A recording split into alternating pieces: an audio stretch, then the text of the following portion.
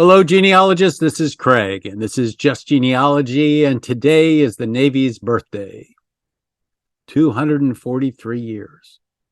So I don't know whether you know this about me or not. You probably should by now, given all the way the hats hang around here.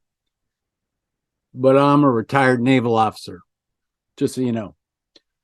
I also was a chief hospital corpsman. Before that, spent time with the Marines. That's why I'm so whatever I am. Anyway, to celebrate the Navy's birthday, I'm going to offer everybody a 20% off on any order that contains a book about the Navy in it, if that makes sense to you. We have a huge selection of books relating to the Navy, and I'm only going to talk about some of them today, but we have many more than this. So as long as the word Navy is in the title, then your entire order will get a 20% discount. So I wanted to talk about some of the books we have. We have a very prolific author who I've talked about before, David Broom, but I haven't talked about all of his books. I've only talked about some of them. So I thought what I would do today is I'm not even sure I have them all. There's so many of them. But if we start with Vietnam, the probably most favorite book out there is On the Gun Line, because this talks about the guys who in the Navy were on the gun line in Vietnam. And we actually saw a lot of these. This is a great book for somebody who, if you want to give it as a gift, say, to somebody who was on the gun line, to remind them of what a good time they had in Vietnam in the Navy. We also have a couple of other books, Support for the Fleet, which deals with Navy and Royal Australian Service Force ships that served in Vietnam. It's not a problem.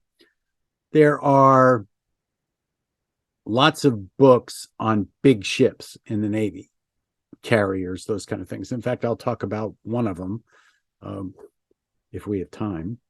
But there's very little about the little ships. And Commander Broom focuses basically on the little ships in conflicts.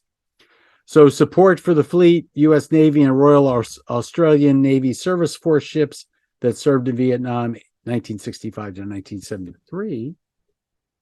And On the Gun Line was 1965 to 1973 also. And then the amphibious ships and underwater demolition teams and Royal Australian Navy clearance divers in Vietnam, Gators offshore and upriver. So those are three of the books that exist for Vietnam, although there are a few more in our collection.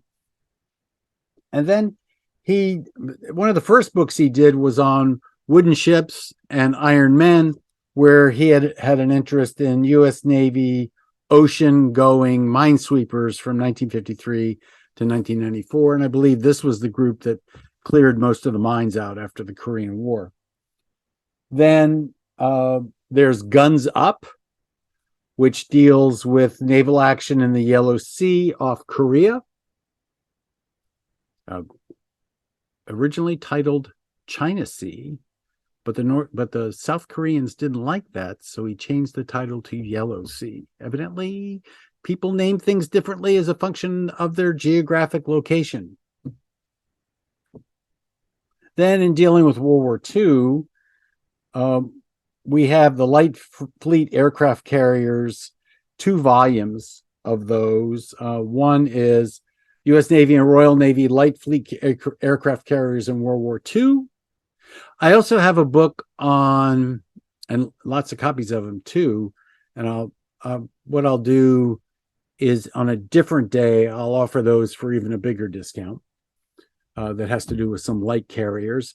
And then Turn Into the Wind Volume 2 deals with U.S. Navy, Royal Australian, and Royal Canadian Navy Light Fleet aircraft carriers in the Korean War and through the end of service. So Volume 1 deals with World War II, and Volume 2 deals with the Korean War.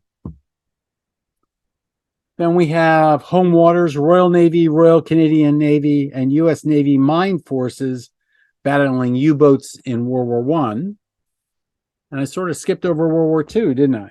Well, the reason I skipped over World War II is because the pile is large. And the World War I book was on front, and I didn't realize it when I picked it up. So first we've got Eyes of the Fleet, U.S. Navy, seaplane tenders, and patrol aircraft in World War II. Talking about small planes.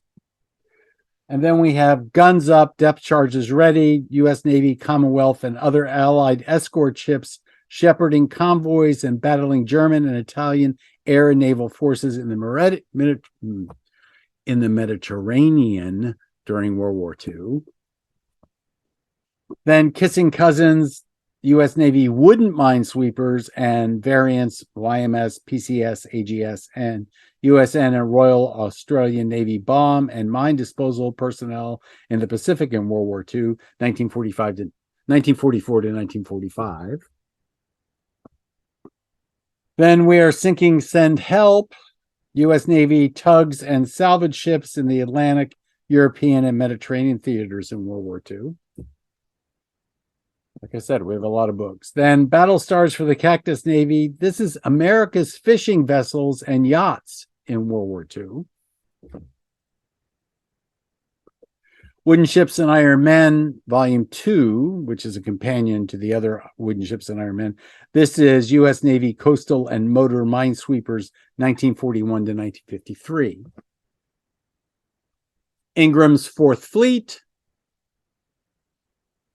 That's the U.S. and Royal Navy operations against German runners, raiders, and submarines in the South Atlantic in World War II.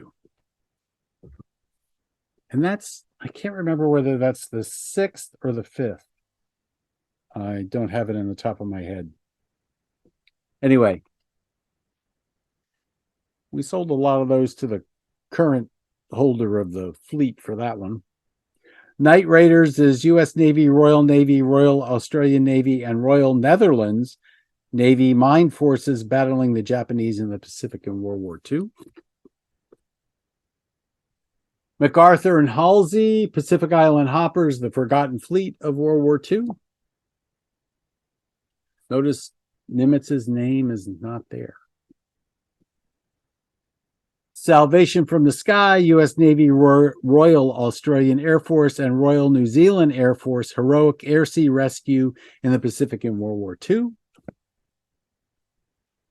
And then Ready to Haul, Ready to Fight, the U.S. Navy, Royal Australian Navy, and British Merchant Navy cargo ships in the Pacific in World War II.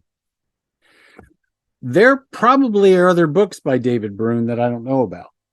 He's very helpful to other people who wish to write about their service in the Navy, and Navy Daze, coming of age in the 1960s aboard a Navy destroyer, is one of our best sellers because we sell it through the Destroyer Association, and they have a website. Just type in Google Destroyer Association, see what they had to offer.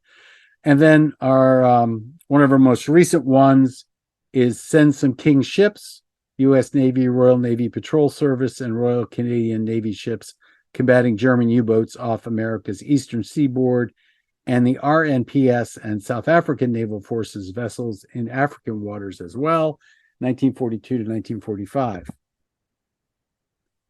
And then I talked a couple of Sundays ago about Called from the North. That was another one that Brune helped the author, George Duddy, work on. And then we have one by Lee Foley, Mustang from Mess Decks to Wardroom. I'm not a Mustang. I went from enlisted to officer, but I was in the Medical Service Corps. So this is line officers do this. Mustang from Mess Decks to Wardroom. And that one actually sells very well also. So we probably have a dozen, maybe half a dozen and a half more books on the Navy. If you just select a book that has the word Navy in the title, then you'll get 20% off your entire order. And to celebrate the Navy's 243rd birthday, which is October 13th, if you're watching this on some day other than the Navy's birthday. That doesn't make any difference. The discount will still apply for the first 25 people who avail themselves to that opportunity. And the code will be Navy 20, Navy 20, Navy. It means never again volunteer yourself. This is Craig. This is Just Genealogy, and this is Books for a Discount Navy Style. Hope you enjoy it. Look forward to seeing your orders come through. Thank you so much, and I will see you tomorrow.